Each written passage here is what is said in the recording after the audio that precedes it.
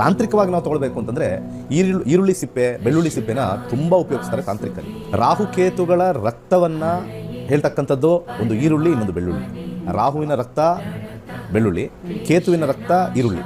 ಅದು ಅವರ ಸಮುದ್ರ ಮಥನ ಮಾಡಬೇಕಾದ್ರೆ ಅಮೃತ ಕುಡಿದಾಗ ವಿಷ್ಣುವಿನ ಇದು ಒಂದು ಚಕ್ರಕ್ಕೆ ಸಿಕ್ಕಿ ಕಟ್ಟಾದಾಗ ಅದೆಲ್ಲ ಭೂಮಿ ಮೇಲೆ ಬಿದ್ದಿರ್ತಕ್ಕಂಥದ್ದು ಅದು ಬೆಳೆದಿದೆ. ಒಂದು ಸ್ವಲ್ಪ ದಪ್ಪಗಿರ್ತಕ್ಕಂಥ ಬೆಳ್ಳುಳ್ಳಿ ಎಸಳು ಅಂದರೆ ಒಂದು ಸಿಂಗಲ್ ಪೀಸ್ ಅಂತ ಕರಿತೀವಿ. ಎಸಳು ತಗೊಳ್ಳಿ, ದಪ್ಪ ಇರಬೇಕು. ತುಂಬ ನೋವು ಮಾಡಿರ್ತಕ್ಕಂಥ ವ್ಯಕ್ತಿ ಚಿಕ್ಕದಾಗ ಅವ್ರ ಹೆಸರು ಬರೆದ್ರೆ ಸಾಕಲ್ಲಿ, ಚಿಕ್ಕದಾಗಿ ಸ್ಟಾರ್ಟಿಂಗ್ 3 ಅಕ್ಷರ ಬರೆದ್ರು ಆಯಿತು. ಪೂರ್ತಿ ಬರಬೇಕು ಅಂತೇನಿಲ್ಲ. ಮನಸ್ಸಲ್ಲಿ ಇಟ್ಕೊಂಡು ಒಂದು ಸ್ಕೆಚ್ ಪೆನ್ನಲ್ಲೋ ಒಂದು ಸ್ವಲ್ಪ ಅದಕ್ಕೆ ಇಂಕ್ ಕಾಣಿಸೋ ಥರ ಬರೆದು ಬಲಗೈಲಿ ಇಟ್ಕೊಂಡು ಯಾವುದೇ ರೀತಿಯ ಸಮಸ್ಯೆ ನೋವು ನನಗೆ ಆಗದೇ ಇರಲಿ, ನನಗೆ ನೋವು ತರದೇ ಇರಲಿ ಅಂತ ಹೇಳಿ ಸ್ವಲ್ಪ ಪ್ರಾರ್ಥನೆ ಮಾಡಬೇಕು. ಈ ಪ್ರಾರ್ಥನೆ ಎಲ್ಲಿ ಮಾಡಬೇಕು? ಬಾತ್ರೂಮಲ್ಲಿ ಮಾಡಬೇಕು. ಬಾತ್ರೂಮಲ್ಲಿ ಅಂದರೆ ಎಸ್ಪೆಷಲಿ ಟಾಯ್ಲೆಟಲ್ಲಿ ಕಮೋಡ್ ಇರ್ತದಲ್ಲ, ಕಮೋಡ್ ಅಲ್ಲಿ ಹೇಳಬೇಕು ನನ್ನಲ್ಲಿ ಯಾವುದೇ ಒಂದು ಇದು ಶತ್ರುಗಳಿಗೂ ಆಗುತ್ತೆ, ಯಾರು ಶತ್ರುಗಳಿಗೆ ಮಾಡಿದ್ರೂ ಆಗುತ್ತೆ.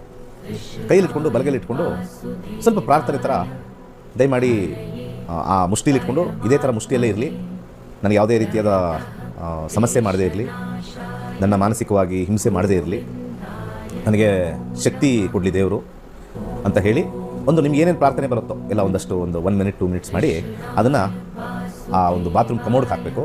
ಫ್ಲಶ್ ಮಾಡಬೇಕು, ಅದು ಹೋಗ್ಬಿಡ್ಬೇಕು, ಆಚೆ ಕಾಣಿಸ್ಬಾರ್ದು. ಅಲ್ಲೆಲ್ಲೂ ಫ್ಲಶ್ ಮಾಡಬೇಕು. ಆಗಿಲ್ಲ ಅಂದರೆ ನೀರು ಹಾಕಿ ಅಲ್ಲೆಲ್ಲೋ ಪಿಟ್ಟಲ್ಲಿ ಕಾಣಿಸ್ಬಾರ್ದು. ಇದನ್ನು ನೀವು ಮಂಗಳವಾರ ಅಥವಾ ಶನಿವಾರ ಒಂದು 3 ವಾರ ಮಾಡಿ ಸಾಕು.